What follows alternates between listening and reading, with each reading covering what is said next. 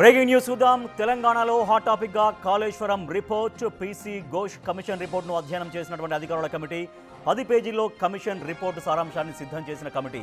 అధికారుల కమిటీ ఇచ్చిన రిపోర్టుపై కేబినెట్ చర్చించబోతోంది. కాళేశ్వరం వైఫల్యానికి బాధ్యులు ఎవరు అన్నది స్పష్టంగా తేల్చి చెప్పింది కమిషన్.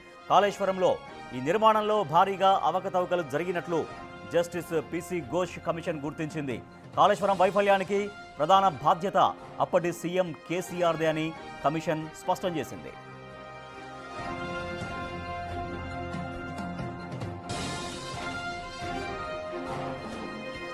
కాళేశ్వరంపై 10 పేజీలతో అధికారుల నివేదిక సిద్ధమైంది. మధ్యాహ్నం జరిగే కేబినెట్ మీటింగ్లో ఈ నివేదికను అందించనున్నారు. కాళేశ్వరం వైఫల్యానికి ప్రధాన కారణం కేసీఆర్ఏ అంటూ రిపోర్ట్ ఇచ్చారు. కాళేశ్వరం రిపోర్టుపై అధికారుల నివేదిక బిగ్ టీవీ చేతిలో ఉంది. ఎక్స్క్లూజివ్గా అది బిగ్ టీవీ స్క్రీన్ పైన మనం చూస్తున్నాం. Planning, execution, completion, operation and maintenance అవకతవకలకు కేసీఆర్ఏ బాధ్యుడు అంటూ కమిషన్ పేర్కొంది. ఏ స్థాయిల్లో ఎవరెవరు తప్పులు చేశారో అనే దానిపై రిపోర్టు రెడీ అయింది. కాళేశ్వరం ప్రాజెక్టులో అవకతవకల కారకులను గుర్తించారు. ఇందులో ఉన్నతాధికారులు, రాజకీయ నేతలు కూడా ఉన్నారు. సెంట్రల్ డిజైన్స్ ఆర్గనైజేషన్ నిర్లక్ష్యాన్ని జస్టిస్ ఘోష్ నివేదిక బయటపెట్టింది. మోడల్ స్టడీ లేకుండా సిడిఓ డిజైన్స్ ఆమోదించింది.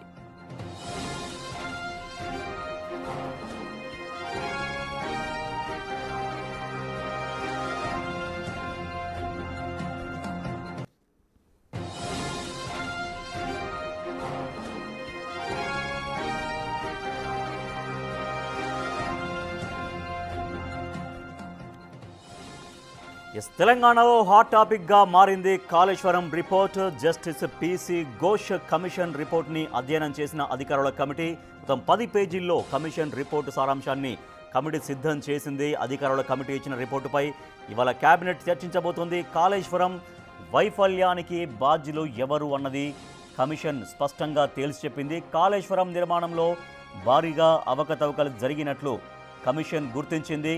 కాళేశ్వరం వైఫల్యానికి ప్రధాన బాధ్యత అప్పటి సీఎం కేసీఆర్దే అని కమిషన్ వెల్లడించింది. అయితే కాళేశ్వరం పైన 10 పేజీలతో అధికారుల నివేదిక సిద్ధమైపోయింది. ఈ మధ్యాహ్నం జరిగే కేబినెట్ మీటింగ్లో ఈ నివేదికను అందించనున్నారు. కాళేశ్వరం వైఫల్యానికి ప్రధాన కారణం కేసీఆర్ అంటూ రిపోర్ట్ ఇచ్చారు. కాళేశ్వరం రిపోర్టుపై అధికారుల నివేదికకు సంబంధించినటువంటి పూర్తి రిపోర్ట్ బిగ్ టీవీ చేతిలో ఉంది. బిగ్ టీవీ స్క్రీన్ పైన ఎక్స్క్లూజివ్గా మనం చూస్తున్నాం. Planning, execution, completion, operation and maintenance అవకతవకలకు పూర్తిగా కేసీఆర్ఏ బాధ్యుడు అని కమిషన్ తెలిపింది. ఏ స్థాయిలో ఎవరెవరు తప్పులు చేశారనే దానిపైన రిపోర్టు మొత్తం రెడీ అయింది. కాళేశ్వరం ప్రాజెక్టులో అవకతవకలకు ఎవరు కారకులో ఆ కారకుల్ని గుర్తించారు. ఇందులో ఉన్నతాధికారులు, రాజకీయ నేతలు కూడా ఉన్నారు. సెంట్రల్ డిజైన్స్ ఆర్గనైజేషన్ నిర్లక్ష్యాన్ని జస్టిస్ ఘోష్ నివేదిక బయటపెట్టింది. మోడల్ స్టడీ లేకుండానే సెంట్రల్ డిజైన్స్ ఆర్గనైజేషన్ డిజైన్స్ను ఆమోదించింది.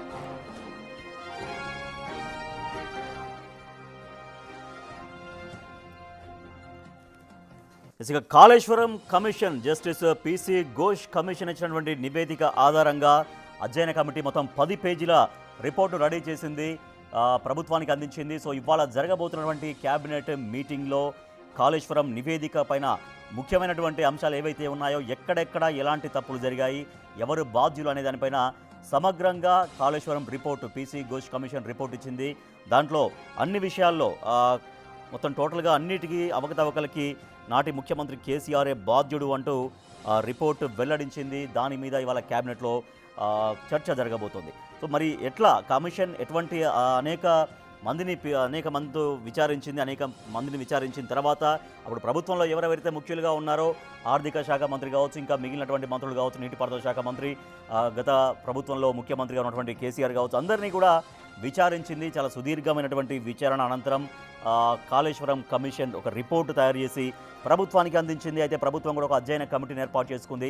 అధ్యయన కమిటీ కూడా 10 పేజీల నివేదికను ప్రస్తుతం ప్రభుత్వానికి అందించింది. ఈ సాయంత్రం అంటే మీ మధ్యాహ్నం తర్వాత జరగబోయే కేబినెట్ భేటీలో దీనిపైన సమగ్రంగా చర్చ జరగబోతోంది. ప్రస్తుతం మనతో మాట్లాడేందుకు ఇరిగేషన్ నిపుణులు దొంతి నరసింహారెడ్డి గారు ఉన్నారు ఫోన్ లైన్లో. నరసింహారెడ్డి గారు నమస్తే. నమస్తే. నరసింహారెడ్డి గారు, కాళేశ్వరం కమిటీ నివేదిక మీరు చూసే ఉంటారు. సో దాంట్లో అన్నిటికీ ఎటువంటి అవకతవకలు జరిగాయి, ఎక్కడెక్కడ ఎటువంటి అవకతవకలు జరిగాయి, దాంట్లో ప్లానింగ్ దగ్గర నుంచి ఎగ్జిక్యూషన్ దగ్గర నుంచి కూడా ఎట్లా అవకతవకలు జరిగాయి అనేది చాలా సమగ్రంగా ఆ రిపోర్ట్లో వెల్లడించారు. నాడు అన్నిటికీ అది కర్త కర్మ క్రియ అన్నిటికీ అప్పుడు ముఖ్యమంత్రి కేసీఆరే బాధ్యులు, మొత్తం జరిగినటువంటి అవకతవకలకి కేసీఆరే బాధ్యులు అంటూ కమిషన్ చెప్పినటువంటి రిపోర్ట్. సో ఈ రిపోర్ట్ పట్ల మీ రియాక్షన్ ఏంటి, ఎట్లా దీన్ని అనలైజ్ చేయొచ్చు? ఒకటి అప్పటి ముఖ్యమంత్రి బాధ్యుడు అనేది మనకు ముందు నుంచి తెలుసు. కాకపోతే ఇప్పుడు ఒక న్యాయమూర్తి పూర్తిగా న్యాయ ప్రక్రియ ద్వారా రుజువులతో సహా ఈ ఆధారాలతో సహా తను అంటే కేసీఆర్ మాత్రమే బాధ్యుడు అనేది తీసుకొచ్చారు. కాకపోతే ఈ కేసీఆర్ బాధ్యుడు అని చెప్పినంత మాత్రాన మిగతా వాళ్ళ బాధ్యత తగ్గదు. ఎందుకంటే వాళ్ళకి ఎంప్లాయీస్ కావచ్చు, ఎందుకంటే ఇంజనీర్లు, తర్వాత మంత్రులు, వీళ్ళందరూ కూడా ఇందులో ఉన్నారు. వాళ్ళకి రాజ్యాంగ పరంగా ఇచ్చిన విధులను వాళ్ళు నిర్వర్తించలేదని మాకు ఇక్కడ స్పష్టంగా కనపడుతుంది. తర్వాత ఇప్పుడు ముఖ్యమైన ప్రశ్న ఏంటంటే ఈ ఇర్రెగ్యులారిటీస్ అంటే మనం చాలా ఒక సెన్సిటివ్ లైన్ ఒకటి ఉంటుంది. ఇర్రెగ్యులారిటీస్ కి సాధారణంగా ప్రొసీజర్ ప్రకారం చేశారా లేదా, అంటే ఎస్టాబ్లిష్డ్ ప్రొసీజర్. ఆ ఎస్టాబ్లిష్డ్ ప్రొసీజర్ ప్రకారం చేయకుంటే కేవలం ఈ కాళేశ్వరందే కాదు, ఇంకా మిగతా ఇరిగేషన్ ప్రాజెక్ట్స్ మీద కూడా దీని ప్రభావం ఉండే అవకాశం ఉంటుంది. తర్వాత ఇంకా వేరే ప్రాజెక్టు కూడా, ఇప్పుడు భగీరథ ప్రాజెక్ట్ కావచ్చు, ఇంకా ఇప్పుడు పాలమూరు రంగారెడ్డి ప్రాజెక్ట్ కావచ్చు, వీటన్నిటి మీద కూడా ఈ నివేదిక యొక్క ప్రభావం ఉంటుంది. ఓకే. సో దీంట్లో అందరినీ మెన్షన్ చేశారు నరసింహారెడ్డి గారు. అప్పటి చీఫ్ మినిస్టర్ కె చంద్రశేఖరరావు, తర్వాత ఇరిగేషన్ శాఖ మంత్రి హరీష్ రావు, ఈటల రాజేంద్ర ఆర్థిక మంత్రిగా ఉన్నారు. వీళ్ళందరూ కూడా వాళ్ళ స్థాయిల్లో పూర్తిగా నిర్లక్ష్యంగా వ్యవహరించారు అనేది కూడా. అప్పుడు గవర్నమెంట్ అధికారులు ఎవరైతే ఉన్నారో ఎస్కే జోషి, తర్వాత స్మితా సబర్వాల్, మురళీధర్ అండ్ ఇంకా హరిరామ్, తర్వాత బి నాగేందర్ రావు, ప్రమీల, అన్ని పేర్లు అందరూ కూడా మనకు కనిపిస్తున్నాయి. సో అన్ని స్థాయిల్లో ఎవరి స్థాయిల్లో వాళ్ళ దగ్గర నుంచి బాగా నెగ్లిజెన్స్ జరిగింది అనేది కూడా స్పష్టంగా వెల్లడించింది. సో ఇప్పుడు దీంతో ఇప్పటిదాకా కాళేశ్వరంలో ఎటువంటి అవినీతి జరగలేదు అని చెప్తున్నటువంటి వాదన, బీఆర్ఎస్ వాదన ఏదైతే ఉందో ఆ వాదనకు పూర్తిగా ఇంకా తెరపడినట్టుగానే భావించాలి. ఎందుకంటే రిపోర్ట్ అథెంటిక్గా వచ్చింది. నిన్న మొన్నటిదాకానేమో ఆరోపణలు ప్రత్యారోపణలు సాగాయి, బట్ ఇప్పుడు ఏకంగా జస్టిస్ రిపోర్ట్ వచ్చింది కాబట్టి. ఇక్కడ రెండు రకాల అవినీతి అంటే రెండు రకాలుగా ఉంటుంది. ఒకటేమో ప్రొసీజర్ ప్రకారం చేయకపోవడం కూడా అవినీతి. తర్వాత డైరెక్ట్ గా అందులో డబ్బు ఇన్వాల్వ్మెంట్ ఉంటుంది. మూడోది ఈ ప్రయోజనాలు, ఇప్పుడు ఈ ప్రాజెక్ట్ చేస్తే దీనివల్ల ప్రయోజనాలు ఎవరికి వస్తాయి అనేది. ఈ మూడు రకాల అవినీతిని కూడా ఈ నివేదికలో ఎస్టాబ్లిష్ చేసినట్టు కనపడుతుంది. ఇది రుజువులతో సహా మనకి ఇప్పుడు ఇదివరకే కాగ్ రిపోర్ట్ ఉండింది. కాగ్ రిపోర్ట్ లో కూడా స్పష్టంగా ఈ ఆర్థిక అవకతవకల గురించి వాళ్ళు లెక్కలతో సహా చెప్పిండ్రు. ఇప్పుడు ఇది అదనంగా ఒక న్యాయమూర్తి ఎస్టాబ్లిష్ చేసిన అవకతవకలు కాబట్టి దీనికి లీగల్ గా కూడా చాలా బలంగా ఉంటది. ఇప్పుడు రాజకీయ వాదనలు చెప్తున్నారు ఏదో గాంభీర్యంగా పైకి, కానీ this is a clear establishment of culpability of all the people mention. అది మనకు ఈ నివేదిక స్పష్టంగా చెప్పారు. సో అంటే నిర్మాణంలో ఎటువంటి అవకతవకలు జరిగాయి, నిర్మాణంలో ఎటువంటి లోపాలు జరిగాయి అనేది ప్రధానంగా ఈ నివేదికలో ఇచ్చినటువంటి అంశాలు. సో అంటే మామూలుగా ఒక ప్రాజెక్టు, పెద్ద ప్రాజెక్టు స్టార్ట్ చేస్తున్నప్పుడు పెద్ద ప్రాజెక్టు గురించి ఒక డిజైన్స్ అవన్నీ ఫైనల్ చేస్తున్నప్పుడు అంటే వాస్తవానికి ఎటువంటి డెసిషన్స్ తీసుకోవాలి, ఎటువంటి నిపుణులతో చర్చించాల్సినటువంటి అవసరం ఉంటుంది. దీంట్లో ఏమైనా చాలా తొందరపాటు ఏమైనా కనిపించిందా? అంటే ఆ ప్రాజెక్ట్ తొందరగా కంప్లీట్ చేయాలి అనేటువంటి పైన జరిగినటువంటి అవకతవకలు, లోపాలు అనుకోవాలా? దీనిలో ఇరిగేషన్ ప్రాజెక్టులో టెక్నికల్ పారామీటర్స్ చాలా ఉంటాయి. ఆ టెక్నికల్ పారామీటర్స్ కి టెక్నికల్ సంస్థలు కూడా ఉన్నాయి. అవి కేంద్ర సంస్థలు, ఇంకా రాష్ట్ర సంస్థలు కూడా కావు. మనకు సెంట్రల్ డిజైన్ ఆర్గనైజేషన్ కావచ్చు, సెంట్రల్ వాటర్ కమిషన్ కావచ్చు, వాప్కోస్ కావచ్చు, వీళ్ళ పాత్ర కూడా ఏ విధంగా చూసింది కమిషన్ అనేది మనం చూడాలి. ఎందుకంటే వీళ్ళ పాత్ర కూడా ఏది ఆ ఇర్రెగ్యులారిటీస్ కి కానీ ఈవెన్ టెక్నికల్ గా చూడాల్సినవి. ఎందుకంటే వీళ్ళు పర్యవేక్షిస్తున్నారు, టెక్నికల్ గా ఎట్లాంటి ప్రాబ్లం లేకుండా ఉంటుంది అని అనుకున్న దశల్లో ఈ ఇప్పుడు ఆ మేడిగడ్డ కుంగిపోవడం తోటి అంటే పాటించాల్సిన టెక్నికల్ నిబంధనలు పాటించలేదని కూడా మనకు కనపడుతుంది. అంటే నిర్మాణంలో స్పష్టంగా ఇంజనీరింగ్ నామ్స్ పాటించలేదనేది కూడా తెలుస్తుంది. ఎస్, అంటే ఒక్కొక్కరి పాత్ర కూడా దాంట్లో డీటెయిల్డ్గా మెన్షన్ చేశారు నరసింహారెడ్డి గారు. సో అప్పుడు ముఖ్యమంత్రి కేసీఆర్దేమో held directly and also some vicariously accountable for the irregularities and illegalities and planning, construction, completion, operation and maintenance of the 3 barrage. So ఇవన్నింటినీ పూర్తిగా ఆయన ఇన్వాల్వ్ అయ్యారు. తర్వాత నిపుణులు కొన్ని అంశాలు చెప్పినా కూడా వాటిని విస్మరించారని ఒకటైతే, ఇరిగేషన్ శాఖ మంత్రి హరీష్ రావు సంబంధించి కూడా along with the chief minister intentionally have not considered the report of the expert committee. నిపుణుల కమిటీ చెప్పినా కూడా కొన్ని అక్కడ అట్లా నిర్మాణాలు జరిగితే ఇబ్బంది అవుతుందని అప్పుడు చెప్పినా కూడా అప్పుడు నాటి ముఖ్యమంత్రి విస్మరించారు, నాడు నీటిపారుదల శాఖ మంత్రి కూడా విస్మరించారని. సో ఎందుకు అంటే నిపుణుల కమిటీ చెప్పినప్పుడు జనరల్గా దాన్ని హోల్డ్ చేయాలి కదా, ఎందుకు మరి విస్మరణకు ఎందుకు చేశారని మీరు అనుకుంటున్నారు? అక్కడ ఇదే ఇప్పుడు టిఆర్ఎస్ వాదన ఏముందంటే ఇది రాజకీయ ముఖ్యమంత్రి రాజకీయంగా నిర్ణయం తీసుకుంటాడు, మిగతా పని అంతా ఈ టెక్నికల్ సంస్థలు చేస్తాయని వాళ్ళు చెప్తున్నారు. మరి వాళ్ళు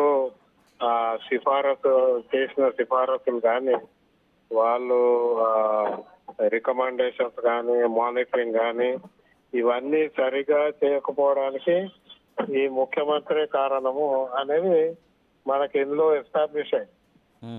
అందుకని కేవలం ముఖ్యమంత్రి అంటే రాజకీయంగా చెప్తాడు, సమావేశాల్లో చేయమని చెప్తాడు తప్పితే చేయాల్సిన బాధ్యత ఈ సంస్థల మీద ఉంది కదా.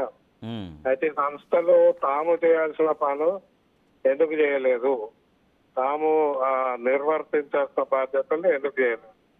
ఎందుకంటే ఈ ముఖ్యమంత్రి ఒత్తిడి మేరకు జరిగిందనేది స్పష్టం. అక్కడ సంతకం లేకపోవచ్చు ముఖ్యమంత్రిది, అప్పటి ముఖ్యమంత్రి, కానీ అతను చేసిన ఒత్తిడి మేరకే ఈ సిడబ్ల్యూసి కానీ వాప్కోస్ కానీ వీళ్ళెవరూ తాము నిర్వర్తించాల్సిన బాధ్యతలు పూర్తిగా నిర్వర్తించలేదు అనేది ఇక్కడ మనకు కనపడుతుంది. సో ఇది రాజకీయంగా మేము నిర్ణయిస్తాము, మిగతాదంతా వాళ్ళు చూసుకోవాలి, వాళ్ళు చేయలేదు అనే విధంగా మాట్లాడుతున్నారు. కానీ ఈ కమిషన్ రిపోర్ట్ లో ఆ ఒత్తిడి ఏ మేరకు చేశారు, ఏ విధంగా చేశారు, ఇప్పుడు కేబినెట్ సమావేశంలో నిర్ణయం తీసుకోలేదు, అసలు ఆ పేపర్లే కనపడతలేవు అంటున్నారు.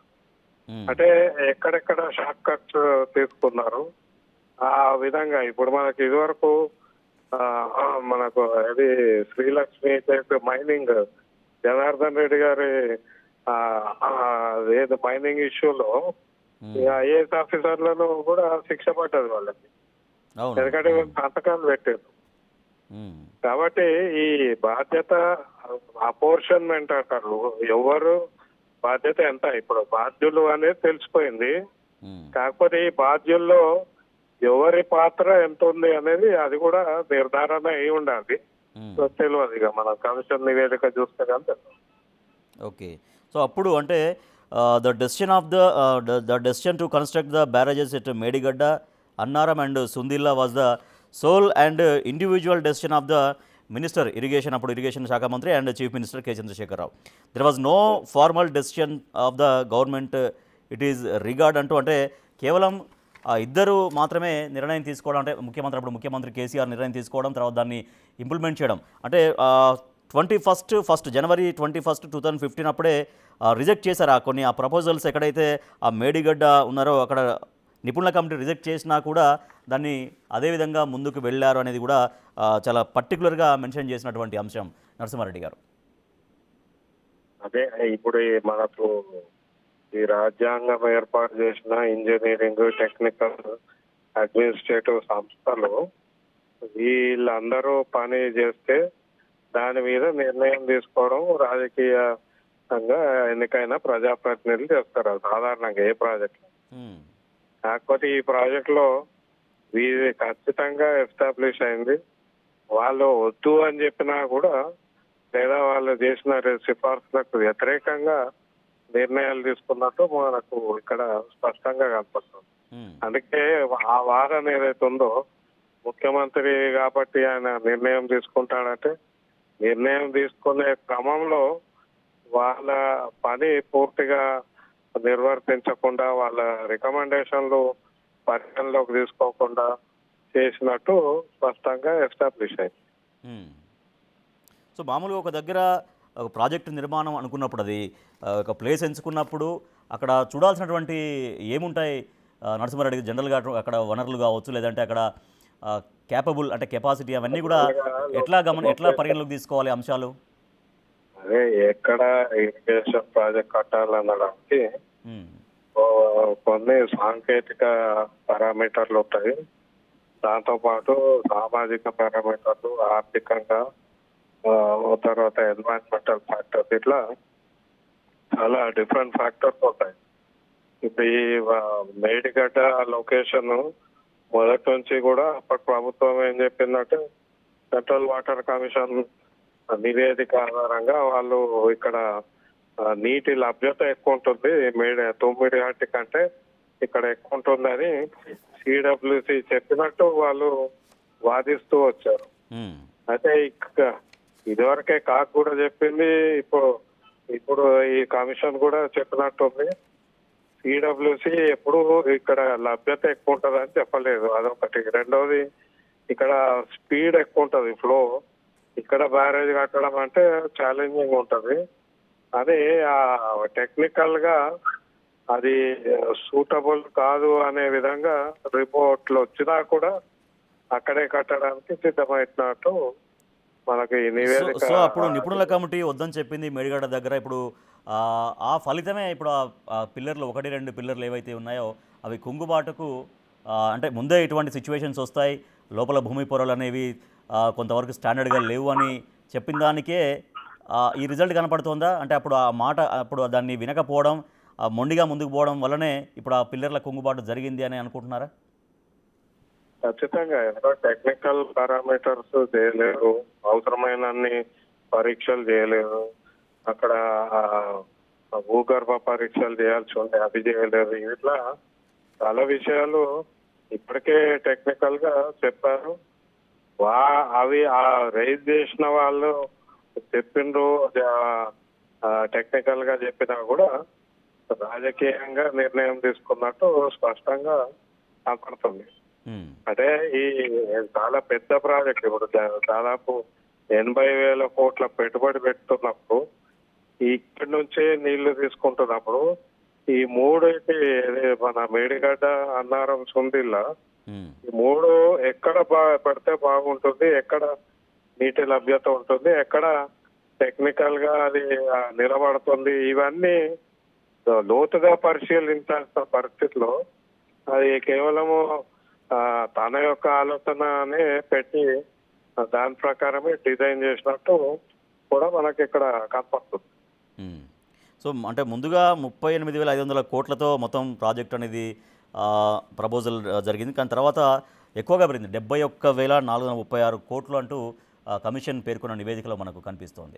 అంటే ఒక ప్రాజెక్టు అనుకున్నప్పుడు దానిలో సరే చిన్న చిన్నవి పెరగడం అనేది చాలా సహజంగా ఉంటాయి. కానీ ఇంత భారీ స్థాయిలో పెరగడం అనేది ఎందుకు జరిగింది అనుకుంటున్నారు?